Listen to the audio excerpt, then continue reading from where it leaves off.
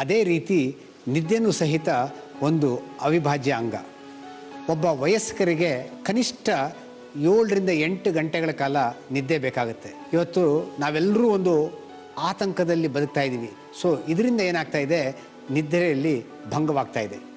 ಇದ್ರ ಜೊತೆಗೆ ಇವತ್ತು ನಮ್ಮ ನಿದ್ರಾ ರೂಮ್ ಕೊಠಡಿಗಳಲ್ಲಿ ಟೆಲಿವಿಷನ್ನು, ಕಂಪ್ಯೂಟರು, ಇಂಟರ್ನೆಟ್ಟು ಇದೆಲ್ಲದರಿಂದ ನಮ್ಮ ಸಮಯವನ್ನು ವ್ಯಯ ಮಾಡೋದ್ರಿಂದ ನಿದ್ದೆ ಕಮ್ಮಿ ಆಗ್ತಾ ಇದೆ. ಹುಟ್ಟಿದ ಮಗು 21 ಗಂಟೆಗಳ ಕಾಲ ನಿದ್ದೆ ಮಾಡಿದ್ರೆ ಬೆಳೀತಾ ಬೆಳೀತಾ ನಾವು ಒಂದು 8 ಗಂಟೆಗಳ ಕಾಲ ನಿದ್ದೆ ಮಾಡ್ತೀವಿ. ಇದರಲ್ಲಿ 2 ಥರ ಜನಗಳನ್ನು ನೋಡ್ತೀವಿ. ಈ ಶಾರ್ಟ್ ಸ್ಲೀಪರ್ಸ್ ಅನ್ನೋರು ಏನು ಅಂದರೆ ಒಂದು 6 ಗಂಟೆಗಳ ಕಾಲ ನಿದ್ದೆ ಮಾಡಿದ್ರೂ ಸಹಿತ ಫುಲ್ ಫ್ರೆಶ್ ಆಗಿರ್ತಾರೆ. ಇನ್ನು ಕೆಲವರಿಗೆ 7ರಿಂದ 8 ಗಂಟೆಗಳ ಕಾಲ ನಿದ್ದೆ ಬೇಕಾಗುತ್ತೆ. ವಯಸ್ಸಾಗ್ತಾ ಆಗ್ತಾ ಏನಾಗುತ್ತೆ, ನಿದ್ದೆ ಮಾಡ್ತಾರೆ, ನಿದ್ದೆ ಮಾಡಿದ್ರೆ ತೃಪ್ತಿ ಇರಲ್ಲ. ಕಾರಣ ಏನು ಅಂತಂದರೆ ಈ ನಿದ್ದೆಯಲ್ಲಿ 4 ಹಂತಗಳಿವೆ. ಅದರಲ್ಲೂ ಈ 3-4ನೇ ಹಂತ ಅಂತಂದರೆ ರಾತ್ರಿ 1 ಗಂಟೆಯಿಂದ 2 ಗಂಟೆಯಿಂದ ಬೆಳಿಗ್ಗೆ 5-6 ಗಂಟೆವರೆಗೂ ನಿದ್ದೆ ಮಾಡಿದಾಗ ಒಂದು ತೀವ್ರತರವಾದ ನಿದ್ದೆ ಇರುತ್ತೆ. ಹೊರಗಡೆ ಏನಾಗ್ತಾ ಇದೆ ಅನ್ನೋದೇ ಗೊತ್ತಾಗೋದಿಲ್ಲ. ಬೆಳಿಗ್ಗೆ ಎದ್ದಾಗ ಒಂದು ತೃಪ್ತಿ ಇರುತ್ತೆ. ಈ ಸ್ಟೇಜ್ 3, ಸ್ಟೇಜ್ 4 ಸ್ಲೀಪ್ ಏನಿರುತ್ತೆ ವಯಸ್ಸಾದ ಮೇಲೆ ಕಮ್ಮಿ ಆಗಿಬಿಡುತ್ತೆ. ಆದ್ದರಿಂದ ಬಹಳಷ್ಟು ಜನ ವಯಸ್ಸಾದವರು, ಡಾಕ್ಟ್ರೇ ನಾನು ರಾತ್ರಿ ಎಲ್ಲ ಮಲಗಿದ್ದೀನಿ, ನಿದ್ದೆನೇ ಬಂದಿಲ್ಲ ಅಂತ. ಅವ್ರ ಮನೆಯವ್ರನ್ನ ಕೇಳಿದ್ರೆ, ಅಯ್ಯೋ ಡಾಕ್ಟ್ರೆ ನಮ್ಮ ಗಂಡ ಗೊರಕೆ ಹೊಡಿತಾಯಿದ್ರು, ಬೆಳಿಗ್ಗೆ 6 ಗಂಟೆಗೆ ಎದ್ಬಿಟ್ಟು ನಿದ್ದೆ ಮಾಡಿಲ್ಲ ಅಂತಾರೆ. ಎರಡೂ ಸತ್ಯ. ಅವ್ರು ಮಲಗಿರೋದು ಸತ್ಯ, ತೃಪ್ತಿ ಇಲ್ಲಿರೋದು ಸತ್ಯ. ಇದಕ್ಕೆ ನಾವು ಹೊಂದ್ಕೊಂಡು ಹೋಗ್ಬೇಕಾಗುತ್ತೆ. ವಯಸ್ಸಾಗ್ತಾ ಆಗ್ತಾ ಹೇಗೆ ಕೂದಲು ಬೆಳಗಾಗುತ್ತೆ, ಮುಖ ಸುಕ್ಕುಗಟ್ಟುತ್ತೆ, ಅದೇ ರೀತಿ ನಿದ್ದೆಯಲ್ಲೂ ಸಹ ಆ ಡೆಪ್ತ್ ಕಮ್ಮಿ ಆಗುತ್ತೆ. ನಿದ್ದೆ ಕಮ್ಮಿ ಆದರೆ ಏನಾಗುತ್ತೆ, ಯಾವ ವ್ಯಕ್ತಿ 6 ಗಂಟೆಗಳಿಗಿಂತ ಕಮ್ಮಿ ಸಮಯ ನಿದ್ದೆ ಮಾಡ್ತಾರೆ ಅಂಥವರು ತೂಕ ಜಾಸ್ತಿ ಆಗುತ್ತೆ. ಏನು ಕಾರಣ? ಕೆಲವು ಹಾರ್ಮೋನ್ಸ್ ನಮ್ಮ ದೇಹದಲ್ಲಿ ಉತ್ಪತ್ತಿ ಆಗೋದು ಹಸಿವನ್ನು ಹೆಚ್ಚು ಮಾಡೋದರಿಂದ ತೂಕವೂ ಸಹಿತ ಜಾಸ್ತಿ ಆಗುತ್ತೆ. ಇವತ್ತು ಸಾಕಷ್ಟು ನಮ್ಮ ಯುವ ಪೀಳಿಗೆಯವರು ರಾತ್ರಿ ಶಿಫ್ಟಲ್ಲಿ ಕೆಲಸ ಮಾಡ್ತಾಯಿದ್ದಾರೆ. ಸರಿಯಾಗಿ ಹಗಲು ನಿದ್ದೆ ಮಾಡಲಿಲ್ಲ ಅಂದರೆ ಶೀಘ್ರವಾಗಿ ಅವರು ಬೇಗನೆ ಒಂದು ದೈಹಿಕ ಕಾಯಿಲೆಗೆ ಬಲಿಯಾಗ್ತಾರೆ. ಯಾವ ಯುವಕರು 4 ಗಂಟೆಗಳಿಗಿಂತ ಕಮ್ಮಿ ನಿದ್ದೆ ಮಾಡ್ತಾರೆ ಅಂಥವರಲ್ಲಿ ವಿತಿನ್ 5 to 6 years ಹೃದಯಕ್ಕೆ ಸಂಬಂಧ ಕಾಯಿಲೆಗಳು ಪ್ರಾರಂಭ ಆಗೋದು ಸಾಮಾನ್ಯ ಆಗುತ್ತೆ. ಅದೇ ರೀತಿ ಡಯಾಬಿಟೀಸ್, ಹೈಪರ್ ಟೆನ್ಷನ್ ಈ ರೀತಿಯಾದ ಕಾಯಿಲೆಗಳು ಕಾಣಿಸ್ಕೊಳ್ಳುತ್ತೆ. ಈ ಡಯಾಬಿಟೀಸು ಮತ್ತು ಬೇರೆ ಕಾಯಿಲೆಗಳಿದ್ದಂಥವ್ರಿಗೆ ನಿದ್ದೆ ಕಮ್ಮಿ ಆದಾಗ ಆ ಕಾಯಿಲೆಯ ತೀವ್ರತೆ ಜಾಸ್ತಿ ಆಗುತ್ತೆ. ಕೆಲವರಿಗೆ ಇನ್ಸುಲಿನ್ ರೆಸಿಸ್ಟೆನ್ಸು ಬರುತ್ತೆ. ಈ ನಿದ್ದೆ ಬರೋದಕ್ಕೆ ಏನು ಮಾಡಬೇಕು?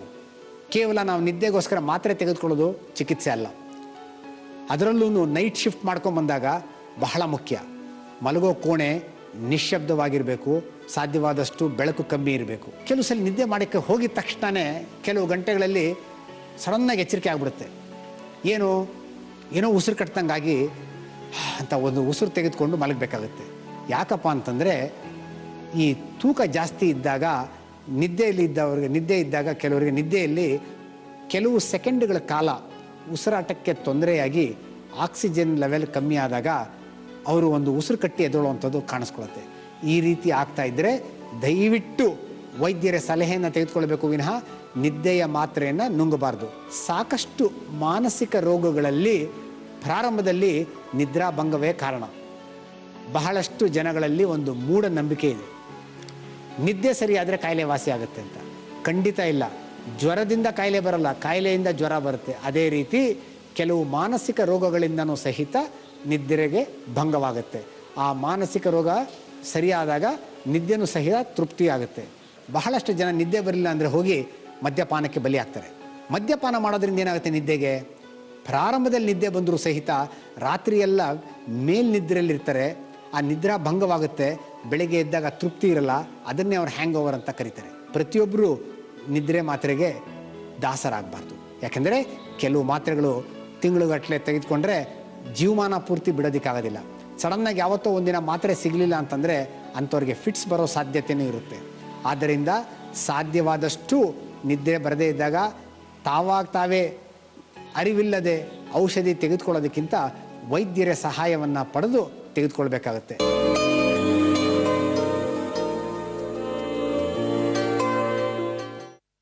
ನಿದ್ದೆ ನಮ್ಮ ಜೀವನಕ್ಕೆ ಎಷ್ಟೊಂದು ಅಗತ್ಯ ಅನ್ನೋದನ್ನ ಡಾಕ್ಟರ್ ಜಗದೀಶ್ ಅವರು ನಮ್ಮೆಲ್ಲರಿಗೂ ತಿಳಿಸ್ಕೊಟ್ಟಿದ್ದಾರೆ. ಈಗ ಒಂದು ಸಣ್ಣ ವಿರಾಮವನ್ನ ತೆಗೆದುಕೊಂಡು ಮತ್ತೆ ವಾಪಸ್ ಆಗ್ತೀವಿ ನಿಮ್ಮೆಲ್ಲರ ನೆಚ್ಚಿನ ಸುವರ್ಣ ಕ್ಲಿನಿಕ್ ನೇರ ಪ್ರಸಾರದಲ್ಲಿ. ಹಾಗೆ ನಾವು ಇಂದು ಮೈಗ್ರೇನ್ ಹೆಡ್ಡೇಕ್ ಬಗ್ಗೆ ಸಾಕಷ್ಟು ಮಾಹಿತಿಯನ್ನು ತಿಳಿಸ್ಕೊಡ್ತಾ ಇದ್ವಿ. ನೋಡ್ತಾ ಇರಿ ಸುವರ್ಣ ವಾಹಿನಿ. ಜೂನ್ 22, 2009 ಸೋಮವಾರ ರಾತ್ರಿ 8 ಗಂಟೆಗೆ. ನಿಜ ಜೀವನದ ಪುಟವೊಂದು ತೆರೆದುಕೊಳ್ಳುವ ಸಮಯ. ಹೆಂಡದ ದಾಸನಾಗಿ ಹೆಂಡತಿ ಮಕ್ಕಳಿಂದ ದೂರಾದ. 12 ವರ್ಷಗಳ ವನವಾಸ ಕೊನೆಯಾಯಿತಾ? ಪಾಕಿಸ್ತಾನ ಇಂಡಿಯಾನೇ ಮಾತಾಡ್ಕೋತಾ ಇದೆ, ನೀವಿಬ್ಬರು ಯಾಕ್ರಿ ಮಾತಾಡಲ್ಲ? ಮಗಳ ಖುಷಿಗಾಗಿ ದೂರಾದ ಅಪ್ಪ ಅಮ್ಮ ಮತ್ತೆ ಒಂದಾದರ. ನನಗೆ ಲೈಫ್ ಹಿಂಗಾಯ್ತಲ್ಲ. ಆ ಕುಟುಂಬವನ್ನು ಬೆಸೆಯುವಲ್ಲಿ ಲಕ್ಷ್ಮಿ ಯಶಸ್ವಿಯಾಗ್ತಾರ? ನಾನು ಹೇಳಿದ್ದೇನಾದ್ರು ತಪ್ಪಿದ್ಯಾ? ಇದು ಕಥೆಯಲ್ಲ ಜೀವನ. ಇಂದು ರಾತ್ರಿ 8 ಗಂಟೆಗೆ.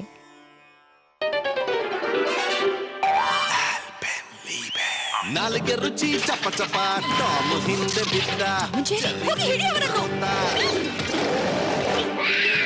ನಾಲಿಗೆ ರುಚಿ ಚಪ ಚಪ ಮತ್ತೆ ಹಿಂದೆ ಬಿದ್ದ. ಇವರೆಲ್ಲ ತಿಂಡಿ ಹೋದರು.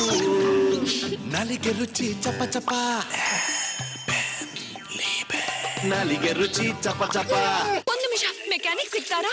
ಇಂಪೋರ್ಟೆಡ್ ಕಾ, ಹಳ್ಳಿ ಹುಡುಗ, ಹಂಗ್ರಿಯಾ? ಕುರ್ಕುರೆ ದೇಸಿ ಬೀಟ್ಸ್, ವೀಟ್ ಹೊಸ ಕುರ್ಕುರೆ ದೇಸಿ ಬೀಟ್ಸ್. ಓಯ್, ಇದೀಗ ವೀಟ್ ನಲ್ಲಿ. ಹಳ್ಳಿ ಹುಡುಗಿ. ನೋ ಫನ್ ವಿದೌಟ್ ದೇಸಿಯತನ. ಬಹಳ ಮಿಸ್ ಮಾಡ್ತಾ ಇದ್ದೇನೆ ಅವಳನ್ನು. ನನಗೆ ಗೊತ್ತು, ಆ ನನ್ನ ಸಡನ್ಲಿ ಬ್ರೇಕ್ ಹಾಕೋದು ಮತ್ತು ಅವಳು ಇನ್ನಷ್ಟು ಹತ್ತಿರ ಬರುವುದು, ಅನಂತರ ಸ್ಪೀಡ್ ನಲ್ಲಿ ಶಾರ್ಪ್ ಟರ್ನ್ ತಗೊಳ್ಳುವುದು, ಅವಳು ಬಹಳ ಹೆದರದಂತೆ ನನ್ನನ್ನು ಬಿಗಿಯಾಗಿ ಹಿಡಿದುಕೊಳ್ಳುವುದು. ಅದೆಷ್ಟು ಮಜೆಯ ದಿನಗಳಾಗಿದ್ದವಲ್ಲ.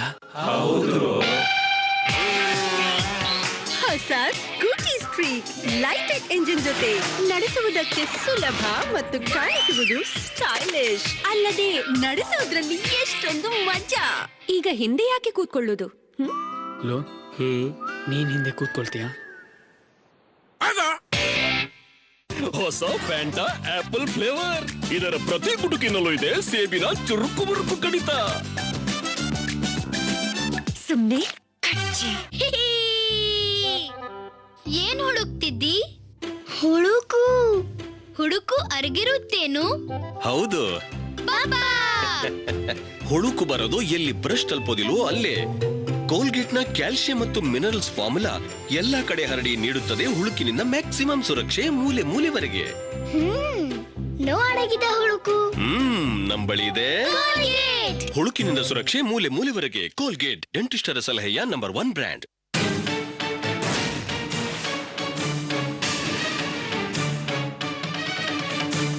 ನನಗೆ ಜೀವನದಲ್ಲಿ ಗೆಲ್ಲೋದೊಂದೇ ಮುಖ್ಯ. ಅದು ಯಾವ್ದಾದ್ರು ಬೇಕಾದರೂ ಆಗಿರ್ಬೋದು. ನಾನು ಕಣ್ಣಿಟ್ಟಿದ್ದು, ಆಸೆ ಪಟ್ಟಿದ್ದು ನಂಗೆ ಸಿಗ್ಲೇಬೇಕು.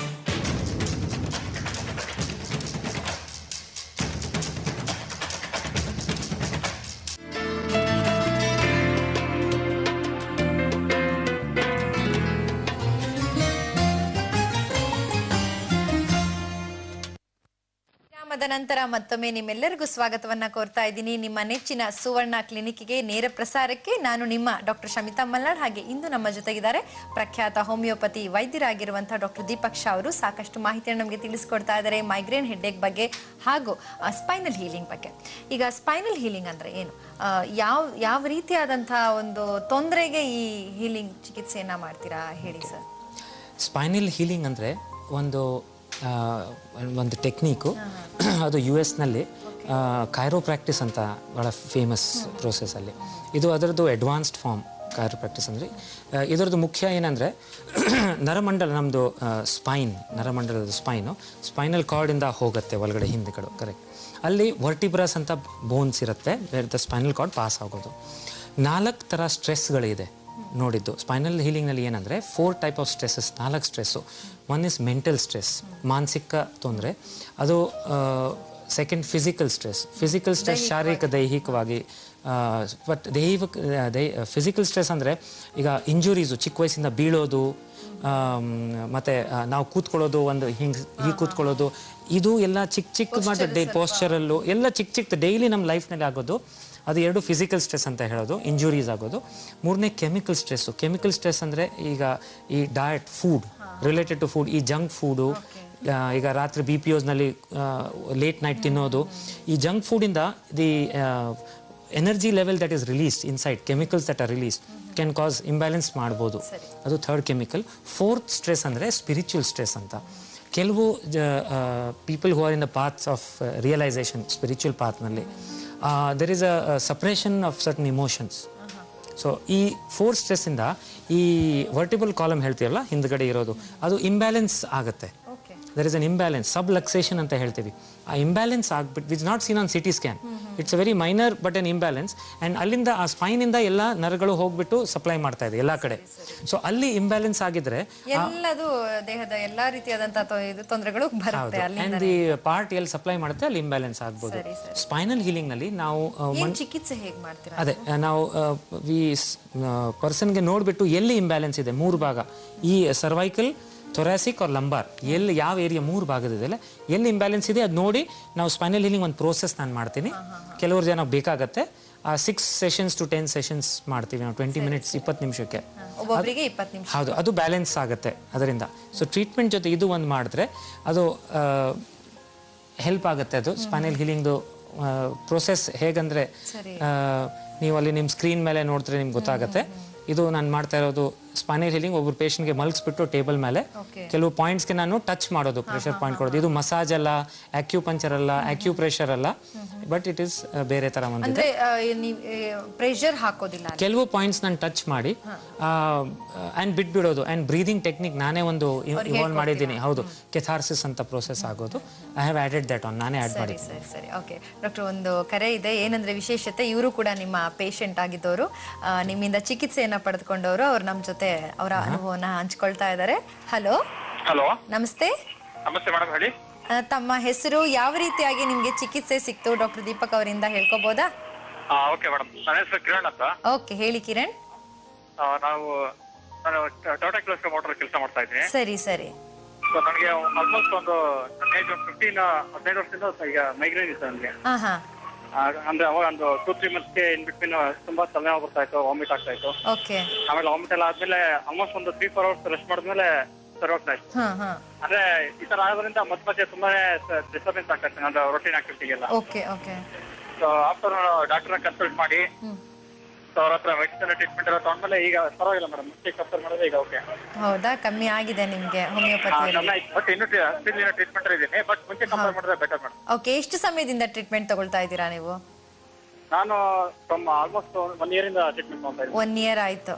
ಸೊ ನಿಮ್ಗೆ ಬೆಟರ್ ಆಗಿದ್ದೀನಿ ಅಂತ ಅನ್ನಿಸ್ತಾ ಇದೆ?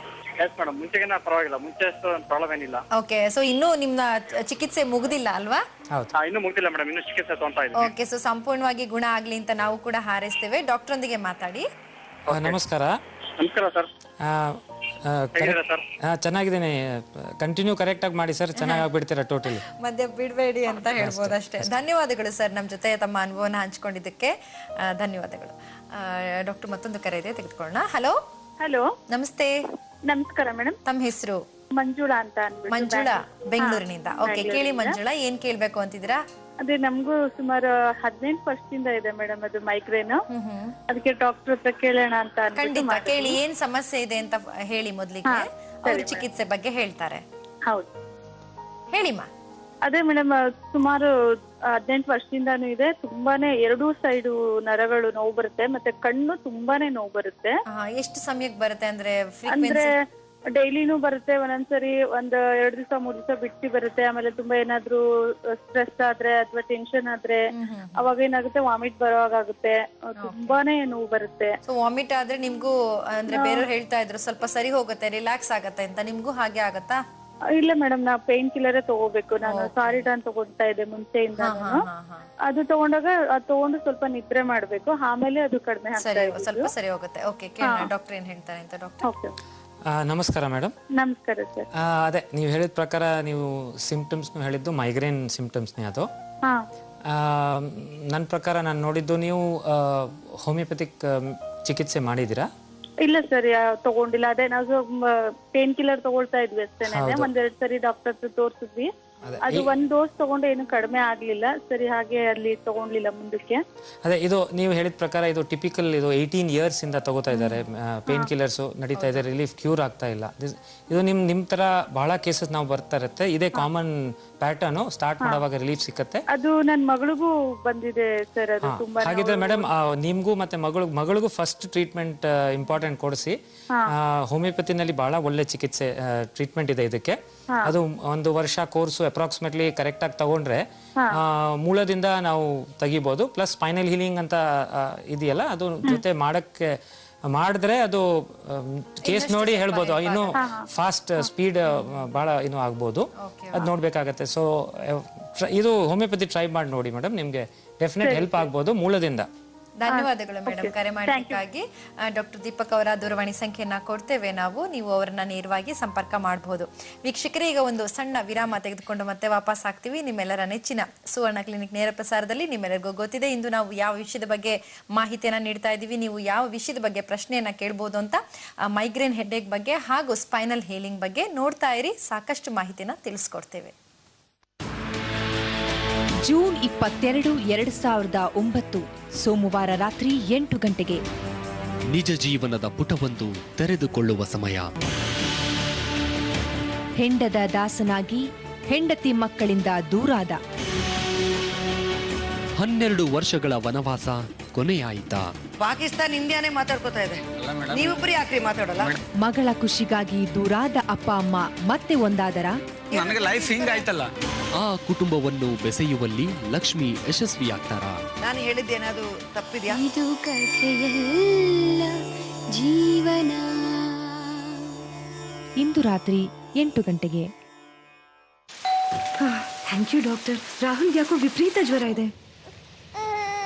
ಇದು ಬಹುಶಃ ಬಟ್ಟೆ ಒದ್ದೆ ನ್ಯಾಪಿಂದ ಇರ್ಬೋದು, ಯಾಕೆಂದ್ರೆ ಅದರಿಂದ ಒದ್ದೆಯು ತಕ್ಷಣ ಎದೆ ತನಕ ತಲುಪಿ ಶೀತ ಆಗೋ ಸಾಧ್ಯತೆ ಇದೆ. ಆದ್ರೆ ರಾತ್ರಿ ಎದ್ದು ಪದೇ ಪದೇ ಅದನ್ನ ಬದಲಾಯಿಸ್ತಾ ಇರ್ತೀನಿ. ಅಷ್ಟರಲ್ಲೇ ಶೀತ ಅವನ ಎದೆ ತನಕ ತಲುಪಿರುತ್ತೆ. ಹಾಗಾಗಿ ರಾತ್ರಿ ಒಳ್ಳೆ ಡೈಪರ್ ಬಳಸಬೇಕಾದ್ದು ಬಹಳ ಮುಖ್ಯ. ಉದಾಹರಣೆಗೆ ಪ್ಯಾಂಪರ್ಸ್, ಇದು ಒದ್ದೆಯನ್ನು ಹೀರುತ್ತೆ, ಮಗುವನ್ನು ಡ್ರೈ ಆಗಿರುತ್ತೆ ರಾತ್ರಿ ಪೂರ್ತಿ. ಇಂಡಿಯನ್ ಮೆಡಿಕಲ್ ಅಸೋಸಿಯೇಷನ್ ಇಂದ ಪ್ರಮಾಣಿತ ಪ್ಯಾಂಪರ್ಸ್. ಚಿಕ್ಕ ಚಿಕ್ಕ ಸಂತೋಷದಲ್ಲಿ ಸಂಪೂರ್ಣ ಫಿಟ್. ಕೋಕಾ ಕೋಲಾದ ಹೊಸ ಫ್ರಿಡ್ಜ್ ಪ್ಯಾಕ್ 35 ರೂಪಾಯಿಗೆ. Thank you. ನಿಮ್ಮ ವಸಡುಗಳಲ್ಲಿ ತೊಂದರೆ ಇದೆಯೇ? ನಿಮ್ಮ ಟೂತ್ಪೇಸ್ಟ್ ನಲ್ಲಿ ಉಪ್ಪು ಇದೆಯೇ? ಟೂತ್ಪೇಸ್ಟ್ ನಲ್ಲಿ ಉಪ್ಪೇ? ಹಾ, ಹೊಸ ಕೋಲ್ಗೇಟ್ ಆಕ್ಟಿವ್ ಸಾಲ್ಟ್ ನಲ್ಲಿ ಉಪ್ಪು ಇದೆ. ಇದರ ಅಪೂರ್ವ ಫಾರ್ಮುಲಾ ಗೋಚರಿಸದ ಕೀಟಾಣು ತೊಲಗಿಸುತ್ತದೆ. ಹೀಗಾಗಿ ವಸಡು ಸ್ವಾಸ್ಥ್ಯಪೂರ್ಣವಾಗಿ ಹಲ್ಲುಗಳು ಬೇರಿನಿಂದಲೇ ಗಟ್ಟಿಮುಟ್ಟಾಗುತ್ತವೆ. ಸ್ವಸ್ಥ ವಸಡುಗಳಿಗಾಗಿ active salt toothpaste. Let's go. Colgate active salt ಕೀಟಾಣುಗಳೊಂದಿಗೆ ಹೋರಾಡುತ್ತದೆ, ವಸಡುಗಳನ್ನು ಸ್ವಸ್ಥವಾಗಿರಿಸುತ್ತದೆ. ಟೇಸ್ಟ್ ಕೂಡ ಚೆನ್ನಾಗಿದೆ. ಕೋಲ್ಗೇಟ್ ಡೆಂಟಿಸ್ಟರ ಸಲಹೆಯ ನಂಬರ್ 1 ಬ್ರ್ಯಾಂಡ್. ಒಂದು ನಿಮಿಷ, ಮೆಕ್ಯಾನಿಕ್ ಸಿಗ್ತಾರಾ? ಇಂಪೋರ್ಟೆಡ್ ಕಾ? ಹಳ್ಳಿ ಹುಡುಗ, ಸ್ವಲ್ಪ ಕೇಳಿ ಅಣ್ಣ. ಫಾರ್ಮರ್ ಅಣ್ಣ, ಹಂಗ್ರಿಯಾ? ಕುರ್ಕುರಿ ದೇಸಿ ಬೀಟ್ಸ್. ವೀಟ್ ತಂದನ ತಂದನ ತಂದನೆ ತಳಕಿ ಕೊಳಕಿ ಬತ್ತಿ ಬಂದಾನೆ. ಹೊಸ ಕುರ್ಕುರೆ ದೇಸಿ ಬೀಟ್ಸ್. ಓಯ್, ಇದೀಗ ವೀಟ್ ನಲ್ಲಿ. ಹಳ್ಳಿ ಹುಡುಗಿ. ನೋ ಫನ್ ವಿದೌಟ್ ದೇಸಿಯತನ. ಡ್ರೈವರ್ ಎಚ್ಚರಿಕೆಗಿಂತ ಕುಳಿತಿರೋ ನಿಮಗೆ ಎಚ್ಚರಿಕೆ ಇರಬೇಕು. ಆ 40 ಆನೆಗಳು ಈ ಮಕ್ಕಳನ್ನ ಅಟ್ಯಾಕ್ ಮಾಡೋ ಒಂದು ಸೀನ್ ತೆಗೆದ್ವಿ. ಇವತ್ತಿಗೂ ಆ ಶಾಟ್ ನೋಡಿದ್ರೆ ಎದೆ ಡಗ್ ಅಂತ ಹೋಗ್ಬಿಡುತ್ತೆ. ಈ ಕಾಲದಲ್ಲಾದರೆ ಪೂರ ಒಂದು ಸೂಟ್ ಕೇಸಲ್ಲಿ ಪ್ಯಾಕ್ ಮಾಡಿ ತಗೊಂಡ್ಬಿಡ್ಬೋದು ಕ್ರೇನ್ನ. ಇಲ್ಲೇ ಸ್ವರ್ಗ ಇಲ್ಲೇ ನರಕ. ಬೆಳಗ್ಗಿಂದ ಸಾಯಂಕಾಲದವರೆಗೂ ಫುಲ್ ಬಾಟಲ್ ರಮ್ ಕುಡಿದು ಹುಲಿ ಅವನಿಗೆ ಹೆದರ್ಕೊಂಡ್ಬಿಟ್ಟಿತ್ತು. ಜನಪ್ರಿಯ ನಿರ್ದೇಶಕ SV ರಾಜೇಂದ್ರ ಸಿಂಗ್ ಬಾಬು ನೆನಪಿನ ದೋಣಿಯಲ್ಲಿ ವೀಕ್ಷಿಸಿ ಇಂದು ರಾತ್ರಿ 10:30ಕ್ಕೆ. ಈ ಕಾರ್ಯಕ್ರಮದ ಸಹ ಪ್ರಾಯೋಜಕರು ರುಮೆನ್ಸಾ.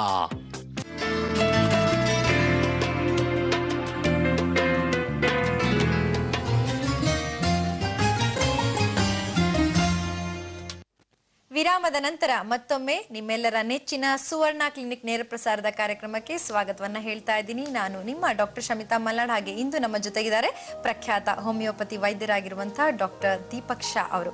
ನೀವು ಕೂಡ ಕರೆ ಮಾಡಬಹುದು, ಪ್ರಶ್ನೆಯನ್ನ ಕೇಳಬಹುದು ಮೈಗ್ರೇನ್ ಹೆಡ್ಏಕ್ ಬಗ್ಗೆ ಹಾಗೂ ಸ್ಪೈನಲ್ ಹೀಲಿಂಗ್ ಬಗ್ಗೆ. ಡಾಕ್ಟರ್ ಹೇಳ್ತಾ ಇದ್ರೆ ಈಗ ಇದ್ರ ಬಗ್ಗೆ ಯಾವುದೇ ರೀತಿಯಾದಂತಹ ತೊಂದರೆ ಬಂದ್ರೂ ಅದಕ್ಕೆ ಬೇರೆ ಬೇರೆ ರೀತಿಯಾದಂತಹ ಚಿಕಿತ್ಸೆ ಇದೆ ಅಂತ. ಒಂದೊಂದು ರೀತಿಯಾದಂತಹ ಮೈಗ್ರೇನ್ಗೆ ಒಂದೊಂದು ರೀತಿಯಾದಂತಹ ಚಿಕಿತ್ಸೆ ಇದೆ ಅಂತ. ಆದ್ರೂ ಹೋಮಿಯೋಪತಿಯಲ್ಲಿ ಖಂಡಿತವಾಗ್ಲೂ ಬೇರೆ ರೀತಿಯಾದಂತಹ ವಿಶೇಷ ಚಿಕಿತ್ಸೆ ಇದೆ. ಅದರಲ್ಲೂ ನಿಮ್ಮದೇ ಆದಂತಹ ಕೆಲವು ಚಿಕಿತ್ಸಾ ವಿಧಾನವನ್ನ ನೀವು ಕಂಡು ಹಿಡ್ಕೊಂಡಿದ್ದೀರಾ. ಹೇಳಿ, ಈಗ ನಿಮ್ಮ ಹತ್ರ ಬಂದಾಗ ಯಾವ ರೀತಿ ನೀವು ಕೇಸ್ ತೆಗೆದುಕೊಳ್ತೀರಾ, ಹೇಗಿರುತ್ತೆ, ಅವರ ಹಿನ್ನೆಲೆಯನ್ನ ಯಾವ ರೀತಿಯಾಗಿ ವಿಚಾರಿಸ್ಕೊಳ್ತೀರಾ, ಮತ್ತೆ ಪ್ರತಿಯೊಬ್ಬರಿಗೂ ಯಾವ್ಯಾವ ರೀತಿಯಾದಂತಹ ಡಿಫ್ರೆಂಟ್ ಡಯಾಗ್ನೋಸಿಸ್ ಇರುತ್ತೆ ಮತ್ತು ಚಿಕಿತ್ಸೆ, ಇದ್ರ ಬಗ್ಗೆ ಹೇಳಿ. ಓಕೆ, ನಮ್ಮ ಹತ್ರ ಪೇಷಂಟ್ ಬಂದವಾಗ ಫಸ್ಟು ನಾವು 1 ಅವರ್ 45 ನಿಮಿಷ ಅಥವಾ 1 ಗಂಟೆ 1 ಅವರ್ ನಾವು ಇಂಟರ್ವ್ಯೂ ತಗೋತೀವಿ. ನಾವು ಅಪಾಯಿಂಟ್ಮೆಂಟ್ ಮುಂಚೆ ಕೊಟ್ಬಿಡ್ತೀವಿ. ಕೆಲವರು ಔಟ್ ಆಫ್ ಬ್ಯಾಂಗ್ಳೂರ್ ಅಥವಾ ಔಟ್ ಆಫ್ ಇಂಡಿಯಾ ಇದ್ರೇನೋ ಅವ್ರಿಗೆ ನಾವು ಆನ್ಲೈನ್ ಫಾರ್ಮ್ಸ್ ಇರುತ್ತೆ ನಮ್ಮದು, ಆ ಇಂಟರ್ವ್ಯೂ ಕ್ವೆಶ್ಚನರ್ಸ್ ಇರುತ್ತೆ. ಆ ಕ್ವೆಶ್ಚನರ್ಸ್ ಬರ್ದು ಕೊಟ್ಟರೆ ಇನ್ನೂ ಈಸಿ ಆಗುತ್ತೆ. ಲೋಕಲ್ಗೆ ಅವ್ರು ಅಪಾಯಿಂಟ್ಮೆಂಟ್ ಕೊಟ್ಟು ನಾವು 1 ಅವರ್ ಇಂಟರ್ವ್ಯೂ ತಗೋತೀವಿ. ಇಂಟರ್ವ್ಯೂ ತೊಗೊಂಡಾದ್ಮೇಲೆ ನಮ್ಮದು ಮುಖ್ಯ ಇದರದು 2 ಥರ ಅಪ್ರೋಚ್ ಇರುತ್ತೆ. 3 ಡ್ರಗ್ಸ್ ನಾವು ಐಡೆಂಟಿಫೈ ಮಾಡ್ತೀವಿ ಪೇಷಂಟ್ಗೆ. ಒಂದಂದರೆ ಕಾನ್ಸ್ಟಿಟ್ಯೂಷನಲ್ ಡ್ರಗ್, ಅಂದರೆ ಕ್ಯೂರೇಟಿವ್, ಮೂಲದಿಂದ ತೆಗೆಯೋದು ಔಷಧಿ, ಅದು ಐಡೆಂಟಿಫೈ ಮಾಡ್ತೀವಿ ನಾವು. 2ನೇ ಅಕ್ಯೂಟ್ ಡ್ರಗ್ಸು, ರಿಲೀಫ್ ಕೊಡೋಕ್ಕೆ, ಪೇಯ್ನ್ ತೊಂದರೆ ಬಂದವಾಗ ಯಾವ ಔಷಧಿ ತಗೋಬೇಕು ನಾವು ಸೆಪ್ರೇಟಾಗಿ ಕೊಟ್ಟಿರ್ತೀವಿ ಪೇಷಂಟ್ಗೆ, ಒಂದು ಚಿಕ್ಕ ಕಿಟ್ ಥರ ಅವ್ನು ಕೊಡ್ತೀವಿ. 3ನೇ ಒಂದು ಡ್ರಗ್ಗು, ಅದು ಒಂದು ಜೀನ್ ಬ್ರೇಕರ್ ಅಂತ ಹೇಳ್ತೀವಿ. ಫ್ಯಾಮಿಲಿಯಿಂದ ಬಂದಿದ್ದು ಜೆನೆಟಿಕ್ ಟ್ರೈಟ್ಸ್ ಅಲ್ಲ, ಆ ಮುರಿಯೋಕ್ಕೆ ಯಾವ ಥರ 4 ಥರ ಇದೆ, ಅದು ಯಾವುದಿದೆ ಪೇಷಂಟ್ನಲ್ಲಿ ಆ ಜೀನ್ ಬ್ರೇಕರ್ ಅಂತ ಒಂದು ಡ್ರಗ್ಗು. ಸೊ ಅದು ಆ ಪೇಷಂಟ್ಗೆ ಯಾವುದಿದೆ ಅದು ಐಡೆಂಟಿಫೈ ಮಾಡ್ತೀವಿ. ಈ 3 ಸೆಟ್ಸ್ ಆಫ್ ಡ್ರಗ್ಸ್ ನಾವು ಎಲ್ಲ ಸೇರಿಸಿ ನಾವು ಪೇಷಂಟ್ಗೆ ಐಡೆಂಟಿಫೈ ಟ್ರೀಟ್ಮೆಂಟ್ ಮಾಡ್ತೀವಿ. ಮುಖ್ಯವಾಗಿ ಈ ಕಾನ್ಸ್ಟಿಟ್ಯೂಷನಲ್ ಕ್ಯೂರೇಟಿವ್ ಡ್ರಗ್ಗೆ 4 ಇಂಪಾರ್ಟೆಂಟ್ ಕೋಆರ್ಡಿನೇಟ್ಸ್ ಇರುತ್ತೆ ನಾವು ಐಡೆಂಟಿಫೈ. ಒಂದು, ಅವ್ರ ಫ್ಯಾಮಿಲಿ ಹಿಸ್ಟ್ರಿ ಯಾವ ಥರ ಇದೆ, ಕಾಯಿಲೆಗಳು ಏನೇನಿದೆ ಅವ್ರಿಗೆ. 2ನೇ, ಪೇಷಂಟ್ಗೆ ಪಾಸ್ಟ್ ಹಿಸ್ಟ್ರಿ, ಕಾಯಿಲೆ ಯಾವ್ಯಾವ್ದು ಬಂದಿದೆ ಆ ಡೀಟೇಲ್ ನಾನು ತಗೊಳ್ತೀನಿ. ಮತ್ತು 3ನೇ, ಅವರು ಮಾನಸಿಕ ಸ್ಥಿತಿ ಏನಿದೆ, ಈಗ ಸ್ವಭಾವ ಮತ್ತು ಏನೇನು ತೊಂದರೆ ಅದು ಒಂದು ತಗೊಳ್ಳೋದು. 4ನೇ ಇರೋದು ಶಾರೀರಿಕ, ಇದು ತಿನ್ನೋದು, ಮೋಷನ್, ಸ್ಲೀಪ್, ಮುಖ್ಯದೆಲ್ಲ ಶಾರೀರಿಕ ಫಿಸಿಕಲ್ ಸಿಂಪ್ಟಮ್ಸ್ ಏನಿರುತ್ತಲ್ಲ ಅದು ತಗೊಳ್ಳೋದು. ಈ 4 ಸೇರಿ ಒಂದು ಇಂಡಿವಿಜುವಲ್ ಒಂದು ಡ್ರಗ್ಗು. ನಮ್ಮ ಎಲ್ಲರಿಗೂ ಒಂದೊಂದು ಡ್ರಗ್ ಇದೆ. ನಮ್ಮ ಡಾಕ್ಟ್ರದ್ದು art is to identify that curative drug. ಆ ಕ್ಯೂರೇಟಿವ್ ಡ್ರಗ್ಗಿಂದ ಮೂಲ ಕಾಯಿಲೆ ಏನು ಅನ್ನುವಂಥದ್ದನ್ನ ತಿಳ್ಕೊಂಡು ಯಾವ ಕಾಯಿಲೆ ಇದ್ರೆ ಆ ಮೂಲ ಡ್ರಗ್ ಇಂಪಾರ್ಟೆಂಟ್. ಎಲರ್ಜೀಸ್ ಇದ್ರೆ, ಡಯಾಬಿಟಿಸ್ ಇದ್ರೆ ಅಥವಾ ಇದ್ರೆ ಮೈಗ್ರೇನ್ ಇದ್ರೆ. ಡ್ರಗ್ ಬಗ್ಗೆ ಹೇಳಿದ್ರೆ ಯಾವ ರೀತಿ ಡ್ರಗ್ಸ್ ಕೊಡ್ತೀರಾ ಅಂತ. ಜೊತೆಯಲ್ಲಿ ನೀವು ಈಗ ನಿಮ್ಮ ಮೆಥಡ್ ಏನಿದೆ, ಹೀಲಿಂಗ್ ಮೆಥಡ್ ಏನಿದೆ ಅದ್ರ ಬಗ್ಗೆ. ಹೌದು, ಇದರಲ್ಲಿ ಸ್ಪೈನಲ್ ಹೀಲಿಂಗ್ ನಲ್ಲಿ ನಾನು 1 ಅವರ್ ಕೇಸ್ ಟೇಕಿಂಗ್ ತಗೊಂಡಾದ್ಮೇಲೆ ನಾವು ಐಡೆಂಟಿಫೈ ಮಾಡ್ತೀವಿ ಪೇಷಂಟ್ಗೆ ಬೇಕಾಗತ್ತೋ ಇಲ್ವೋ. ಕೆಲವು ಸರ್ತಿ ನಾನು ಫಸ್ಟ್ ಹೇಳ್ತೀನಿ ಪೇಷಂಟ್ಗೆ, ನೀವು ಕೋರ್ಸ್ ಮೆಡಿಸಿನ್ ತಗೊಳ್ಳಿ 1 ಮಂತ್, ಅದು ಬೇಡ. ಸ್ಪೈನಲ್ ಹೀಲಿಂಗ್ನು ಎಕ್ಸ್ಟ್ರಾ ಕೊಡೋದು ಅದು ಏನು ಬೇಡ. 1 ಮಂತ್ ಟ್ರೀಟ್ಮೆಂಟ್ ತೊಗೊಳಕ್ಕೆ ಗೊತ್ತಾಗ್ಬಿಡುತ್ತೆ ಬೈ ಚಾನ್ಸ್ ಬೇಕಾಗತ್ತೋ ಇಲ್ವೋ ಅಂತ. 1 ಮಂತ್ ಟ್ರೀಟ್ಮೆಂಟ್ ತೊಗೊಂಡು ನಾನು ಎಷ್ಟು ಸೆಷನ್ಸು, 6 ಸೆಷನ್ಸಾ 10 ಸೆಷನ್ಸಾ ಸ್ಪೈನಲ್ ಹೀಲಿಂಗ್ದು ಎಷ್ಟು ಬೇಕಾಗುತ್ತೆ ಆ ಪೇಷಂಟ್ಗೆ ಅಂತ ನಾವು ಪ್ಲ್ಯಾನ್ ಮಾಡಿ we workout plan together and make it. So ಈ ಸ್ಪೈನಲ್ ಹೀಲಿಂಗ್ 1 ಸೆಷನ್ 20 ಮಿನಿಟ್ಸ್ ಇರುತ್ತೆ ಅಪ್ರಾಕ್ಸಿಮೇಟ್ಲಿ. ಆಮೇಲೆ ನಾವು ಪೇಷಂಟ್ಗೆ ಸೆಷನ್ ಮಾಡಿ ಅವ್ರಿಗೆ ಡೈಲಿ ಅವ್ರು ಏನು ಮಾಡಬೇಕು ಅಂತ ನಾವು ಒಂದು ಹೇಳ್ಕೊಡ್ತೀನಿ ನಾನು. ಮನೆಯಲ್ಲೇ ಡೈಲಿ ಇರಲ್ಲ ಇದು ಸ್ಪೈನಲ್ ಹೀಲಿಂಗ್. ಕೆಲವ್ರಿಗೆ ಒಂದೇ, ನಾವು ಕೂರ್ಗಿಂದ ಬರ್ತಾರೆ, ಮೈಸೂರಿಂದ ಬರ್ತಾರೆ, ಬಹಳ ಪೇಷಂಟ್ ಆಗಲ್ಲ. ಸೊ 1 ಸೆಷನ್ ನಾವು ಮಾಡಿ ಅಥವಾ 2 ಸೆಷನ್ಸ್ ಮಾಡಿ ಅವ್ರು ಏನು ಮಾಡ್ಬೇಕಂತ ನಾನು ಕೊಡೋದು. ಓಕೆ ಡಾಕ್ಟರ್, ಒಂದು ಕರೆ ಇದೆ ತೆಗೆದುಕೊಳ್ಳೋಣ. ಹಲೋ ಹಲೋ ಹಲೋ, ನಮಸ್ತೆ. ನಮಸ್ತೆ ಮೇಡಮ್, ತಮ್ಮ ಹೆಸರು? ಗೀತಾ ಅಂತ. ಗೀತಾ, ಎಲ್ಲಿಂದ? ಶ್ರೀನಗರ, ಬೆಂಗಳೂರು. ಕೇಳಿ ಗೀತಾ, ಏನ್ ಕೇಳ್ಬೇಕು ಅಂತಿದ್ದೀರಾ ಡಾಕ್ಟರ್ ದೀಪಕ್ ಅವರೊಂದಿಗೆ? ಅದು ನಂಗೆ ತಲೆ ಸ್ನಾನ ಮಾಡಿದಾಗ ತಲೆ ತುಂಬಾನೇ ನೋವು ಬರುತ್ತೆ, ಮತ್ತೆ ತಲೆಗೆ ಎಣ್ಣೆ ಅಪ್ಲೈ ಮಾಡಿದಾಗ ಅಷ್ಟೇ ತಲೆ ತುಂಬಾನೇ ನೋವು ಬರುತ್ತೆ. ಅದು ಯಾಕೆ ಅಂತ, ಏನಿದೆ ಮೈಗ್ರೇನ್? ಆ ಸಮಯ ಮಾತ್ರ ಅಂತ ನೀವು ಕಂಡು ಹಿಡ್ಕೊಂಡಿದ್ದೀರಿ, ಬೇರೆ ಯಾವ ಸಮಯದಲ್ಲೂ ಬರೋದಿಲ್ಲ? ಬೇರೆ ಯಾವ ಸಮಯದಲ್ಲಿ ಬರುತ್ತೆ ಅಂದ್ರೆ ಒಂದೊಂದ್ಸಲಿ ಯಾವಾಗಾದ್ರೂ ಬೇರೆ ಸಮಯದಲ್ಲಿ ತಲೆನೋವು ಬರುತ್ತೆ. ಓಕೆ ಓಕೆ, ಕೇಳೋಣ ಡಾಕ್ಟರ್ ಏನ್ ಹೇಳ್ತೀರಾ ಇದಕ್ಕೆ. ನಮಸ್ಕಾರ ಮೇಡಮ್. ಹಾ ನಮಸ್ಕಾರ ಸರ್. ನಿಮ್ಗೆ ನೀವು ಹೇಳಿದ್ದು ಕಾರಣ ಬರೇ ಒಂದು ತಲೆ ಸ್ನಾನ, ಬೇರೆ ಯಾವ ಕಾರಣ ಇಲ್ವಲ್ಲ? ಇಲ್ಲ, ತಲೆನೋವು ಆ ಟೈಮಲ್ಲಿ ಬರುತ್ತೆ, ಅಥವಾ ಇನ್ನೊಂದ್ಸಲಿ ಏನಾದ್ರು ಟೆನ್ಷನ್ ಮಾಡ್ಕೊಂಡಾಗ ಎಕ್ಸಾಮ್ ಟೈಮಲ್ಲಿ ತುಂಬಾನೇ ತಲೆನೋವು ಬರುತ್ತೆ. ತಮ್ಮ ವಯಸ್ಸು ಎಷ್ಟು? ವಯಸ್ಸು ನಂದು 21. ಓಕೆ. ಎಕ್ಸಾಮ್ ಪೀರಿಯಡ್ಸ್ ಜೊತೆ ಏನಾದ್ರು ಸಂಬಂಧ ಇದೆಯಾ ತಲೆನೋವು? ಇಲ್ಲ, ಅದೇನು ಪ್ರಾಬ್ಲಮ್ ಇಲ್ಲ. ನನ್ನ ಪ್ರಕಾರ ನಿಮ್ಮಿರೋ ತಲೆನೋವು ಚಾನ್ಸಸ್ 2 ಇರ್ಬೋದು. ಒಂದು ಟೆನ್ಷನ್ ಹೆಡೇಕ್ ಅಂತ ಹೇಳ್ತೀವಲ್ಲ ಅದಿರ್ಬೋದು, ಅಥವಾ ಬೇರೆ ಸಿಂಪ್ಟಮ್ಸ್ ತಗೊಂಡು ನಿಮಗೆ ಎಲ್ಲಿ ತಲೆನೋವು ಬರ್ತದೆ, ಯಾವ ಜಾಗ ಅಂದರೆ ಸೈನಸ್ ಪ್ರಾಬ್ಲಮ್ನೂ ಇರ್ಬೋದು. ಈ 2 ಕಾರಣದಲ್ಲಿ ಯಾವುದೋ ಒಂದು ಇರ್ಬೋದು. ಇದಕ್ಕೆ ನೀವು ಹೋಮಿಯೋಪತಿಕ್ ಮೆಡಿಸಿನ್ಸ್ ಬಹಳ ಒಳ್ಳೇದಿದೆ. ಹೋಮಿಯೋಪತಿಕ್ ಮೆಡಿಸಿನ್ಸ್ ತಗೊಳ್ಳಿ, ನಿಮಗೆ ಡೆಫಿನೆಟ್ಲಿ ಒಳ್ಳೆ ಆಗ್ಬೋದು. ಮೈಗ್ರೇನ್ ತರ ನನ್ಗೆ ಅನಿಸ್ತಾ ಇಲ್ಲ, ತಲೆ ಬೇರೆ ತರ ಅನಿಸ್ತಾ ಇದೆ. ಓಕೆ, ಧನ್ಯವಾದಗಳು ಮೇಡಮ್ ಕರೆ ಮಾಡಿದ್ದಕ್ಕಾಗಿ ತಮಗೆ. ಡಾಕ್ಟರ್, ಇವಾಗ ಕೊನೆಯದಾಗಿ ನನ್ನ ಪ್ರಶ್ನೆ ಏನು ಅಂತಂದ್ರೆ, ನೀವು ಮೊದಲಿಗೆ ಹೇಳಿದ್ರಿ ಇದನ್ನ ತಡೆಗಟ್ಟೋದಕ್ಕಾಗೋದಿಲ್ಲ ಅಂತ. ಅಟ್ಲೀಸ್ಟ್ ಈಗ ಬಂದಾಗ ಅವ್ರು ಏನು ಮಾಡ್ಬೋದು ಮನೆಯಲ್ಲಿ? ಈಗ ನಿಮ್ಮ ಹತ್ರ ಬರೋದಕ್ಕಿಂತ ಮುಂಚೆ ಮನೆಯಲ್ಲಿ ಏನು ಮಾಡ್ಬೋದು, ಅಥವಾ ಮನೆಯಲ್ಲೇ ಯಾವ್ದಾದ್ರು ರೀತಿಯಾದಂತಹ ಅದಕ್ಕೆ ಚಿಕಿತ್ಸೆಯನ್ನ ಪುಟ್ಟದಾಗಿ ಮಾಡ್ಕೊಳ್ಬೋದಾ? ಈಗ ಪ್ರಾಣಾಯಾಮ ಅಂತ ಹೇಳ್ತಾರೆ, ಯೋಗಗಳಿರ್ಬೋದು, ಯಾವ ರೀತಿಯಾಗಿ ಅದನ್ನ ಕಡಿಮೆ ಮಾಡ್ಕೊಳ್ಬಹುದು ಮನೆಯಲ್ಲಿ, ಬರ್ದೇ ಇರೋ ಹಾಗೆ ಹೇಗೆ ತಡೆಗಟ್ಕೊಳ್ಬಹುದು? ಏನಾದರೂ ಆ ರೀತಿಯಾದಂತಹ ಸಲಹೆ ಇದ್ರೆ ಹೇಳಿ. Very good question madam. ಇದು ಏನು ಮಾಡ್ಬೋದು ಅಂದರೆ 3-4 ಪಾಯಿಂಟ್ಸ್ ಆರ್ ಇಂಪಾರ್ಟೆಂಟ್. ಒಂದು, ನಾವು ನೋಡಿದ ಪ್ರಕಾರ ನೀವು ಟ್ರಿಗರ್ ಪಾಯಿಂಟ್ಸ್ ಅಂತ ಹೇಳ್ತೀವಿ. There are some trigger factors. ಎಲ್ಲರಿಗೂ ಒಂದೇ ಥರ ಇರಲ್ಲ, ಬೇರೆ ಬೇರೆ ಇರುತ್ತೆ. ಟ್ರಿಗರ್ ಫ್ಯಾಕ್ಟರ್ಸ್ ಅಂದರೆ ಆ ಟ್ರಿಗರ್ ಬಂದರೆ ಕೆಲವ್ರಿಗೆ ಚಾಕ್ಲೇಟ್ ತಿಂದರೆ ಹೆಡೇಕ್ ಬರುತ್ತೆ, ಕೆಲವ್ರಿಗೆ ಬಿಸಿಲಿನಲ್ಲಿ ಹೋದ್ರೆ ತಲೆನೋವು ಬರುತ್ತೆ. ಸುವಾಸನಯುಕ್ತ ಈಗ ಏನು ಸೆಂಟ್ಸ್ ಯೂಸ್ ಮಾಡ್ತಾರಲ್ಲ, ಪರ್ಫ್ಯೂಮ್ಸ್ ಇಂದ ಪರ್ಫ್ಯೂಮ್ಸ್ ಅಲ್ಲಿ ಕೂಡ ಅದು ಆಗಲ್ಲ. ಸ್ಟ್ರಾಂಗ್ ಸ್ಮೆಲ್ ಕಾಮನ್, ಅದು ಸ್ಟ್ರಾಂಗ್ ಸ್ಮೆಲ್ಲು. ಸೊ ಅವ್ರಿಗೆ ಗೊತ್ತಾಗುತ್ತೆ ಯಾವ ಟ್ರಿಗರ್ ಫ್ಯಾಕ್ಟರ್ಸ್ ಯಾವುದಿದೆ. ಬಿಸಿಲಿನಲ್ಲಿ ಹೋದರೆ ಆಗುತ್ತೆ, ಪೀರಿಯಡ್ಸ್ ಬರೋ ಮುಂಚೆ ಆಗ್ಬೋದು. ಕೆಲವು ನಾನು ದಯವಿಟ್ಟು ಎಲ್ಲರಿಗೂ ರಿಕ್ವೆಸ್ಟ್ ಮಾಡ್ತಾ ಇದ್ದೀನಿ ಅಂದರೆ, ನೀವು ನಾನು ನೋಡಿದ ಪ್ರಕಾರ ಡೆಂಟಲ್ ಪ್ರಾಬ್ಲಮ್ಸಿಂದನೂ ತಲೆನೋವು, ರಿಫರ್ಡ್ ಪೇನ್ಸ್ ಅಂತ ಬರ್ಬೋದು. ಸೊ ಡೆಂಟಲ್ ಚೆಕಪ್ಸು ಅದು ನೋಡ್ಸ್ಕೊಳ್ಳಿ ಸ್ವಲ್ಪ. ಮತ್ತು ನಿಮಗೆ ಕೆಲವು ಸರ್ತಿ ತಲೆನೋವು ಭಾಳ ಬಂದವಾಗ ಐದರ್ ಕೋಲ್ಡ್ ಪ್ಯಾಕ್ಸ್, ನೀವು ಟವಲ್ ನೀರಿನಲ್ಲಿ ಹಿಂಡಿಸ್ಬಿಟ್ಟು ಕೋಲ್ಡ್ ಪ್ಯಾಕ್ಸ್ ಕವರ್ ಮಾಡಿ ನೋಡಿ, ನಿಮ್ಗೆ ಭಾಳ ರಿಲೀಫ್ ಸಿಗ್ಬೋದು. ಕೆಲವರಿಗೆ ಹಾಟ್ ಪ್ಯಾಕ್ಸ್ ಭಾಳ ಹೆಲ್ಪ್ ಆಗುತ್ತೆ. ಯಾವ್ದಾದ್ರು ಒಂದು ಟ್ರೈ ಮಾಡಿ, ಇದು ಡೆಫಿನೆಟ್ಲಿ ನಿಮಗೆ ಹೆಲ್ಪ್ ಆಗುತ್ತೆ. ಇದು ಮುಖ್ಯವಾಗಿ. ಓಕೆ, ಧನ್ಯವಾದಗಳು ಡಾಕ್ಟರ್. ಸಾಕಷ್ಟು ಮಾಹಿತಿನ ತಿಳಿಸ್ಕೊಟ್ರಿ ಮೈಗ್ರೇನ್ ಹೆಡ್ಏಕ್ ಬಗ್ಗೆ ಹಾಗೂ ಸ್ಪೈನಲ್ ಹೀಲಿಂಗ್ ಬಗ್ಗೆ. ನಮ್ಮ ಎಲ್ಲ ವೀಕ್ಷಕರ ಪರವಾಗಿ ನಿಮಗೆ ಧನ್ಯವಾದಗಳನ್ನು ತಿಳಿಸ್ತಾ ಇದ್ವಿ. ನಮಸ್ಕಾರ. ನಮಸ್ಕಾರ ವೀಕ್ಷಕರೇ, ನೋಡಿದ್ರಲ್ಲ, ಸಾಕಷ್ಟು ಮಾಹಿತಿನ ತಿಳಿಸ್ಕೊಡ್ತು ಇಂದಿನ ಸುವರ್ಣ ಕ್ಲಿನಿಕ್. ಹಾಗೆ ನಾಳಿನ ಸುವರ್ಣ ಕ್ಲಿನಿಕ್ ಬೆಳಿಗ್ಗೆ 11 ಗಂಟೆಗೆ ನಮ್ಮ ಜೊತೆಗಿರ್ತಾರೆ BGSನ ಪ್ರಖ್ಯಾತ ನರರೋಗ ಶಸ್ತ್ರಚಿಕಿತ್ಸಕರಾಗಿರುವಂತಹ ಡಾಕ್ಟರ್ ವೆಂಕಟರಮಣ ಅವರು. ಮೂರ್ಛೆ ರೋಗದ ಬಗ್ಗೆ ಸಾಕಷ್ಟು ಮಾಹಿತಿನ ತಿಳಿಸ್ಕೊಡ್ತಾರೆ. ನಾವು ಈಗಾಗಲೇ ಈ ಮೂರ್ಛೆ ರೋಗದ ಬಗ್ಗೆ ನಿಮಗೆ ಮಾಹಿತಿನ ತಿಳಿಸ್ಕೊಟ್ಟಿದ್ದೀವಿ. ಇದರ ಬಗ್ಗೆ ಇನ್ನಷ್ಟು ಮಾಹಿತಿನ ತಿಳಿಸ್ಕೊಡುವಂತ ಸಲುವಾಗಿ ಅವರು ನಮ್ಮ ಜೊತೆಗೆ ನಾಳೆ ಇರ್ತಾರೆ. ನೀವು ನಮಗೆ ಕರೆಯನ್ನ ಮಾಡಬಹುದು. ಈ ಒಂದು ಮೂರ್ಛೆ ರೋಗದ ಬಗ್ಗೆ ಏನೇ ಪ್ರಶ್ನೆಗಳು ಇದ್ದಲ್ಲಿ, ನಿಮ್ಮನ್ನ ಕಾಡ್ತಾ ಇದ್ದಲ್ಲಿ ನಮಗೆ ಕರೆಯನ್ನ ಮಾಡಿ ಕೇಳಬಹುದು. ನಮ್ಮ ದೂರವಾಣಿ ಸಂಖ್ಯೆಯನ್ನು ಮತ್ತೊಮ್ಮೆ ಹೇಳಿ ನಮ್ಮ ಕಾರ್ಯಕ್ರಮವನ್ನು ಮುಕ್ತಾಯ ಮಾಡ್ತಾ ಇದ್ದೀನಿ. 41750750. ಹ್ಯಾಪಿ ಆಗಿರಿ, ಹೆಲ್ದಿ ಆಗಿರಿ ಅಂತ ಹೇಳ್ತಾ ನಿರ್ಗಮಿಸ್ತಾ ಇದ್ದೀನಿ. ನಾನು ನಿಮ್ಮೆಲ್ಲರ ಡಾಕ್ಟರ್ ಶಮಿತಾ ಮಲ್ನಾಡ್. ನಮಸ್ಕಾರ. ನಿಮ್ಮ ಅನಿಸಿಕೆ ಅಭಿಪ್ರಾಯಗಳನ್ನು ನಮ್ಮ ವಿಳಾಸಕ್ಕೆ ಕಳುಹಿಸಿ. ಸುವರ್ಣ ವಾಹಿನಿ, ಸುವರ್ಣ ಕ್ಲಿನಿಕ್ ವಿಭಾಗ, ಅಂಚೆ ಪೆಟ್ಟಿಗೆ ಸಂಖ್ಯೆ 5021, ಬೆಂಗಳೂರು 560001. Email ID suvarnaclinic@suvarna.tv.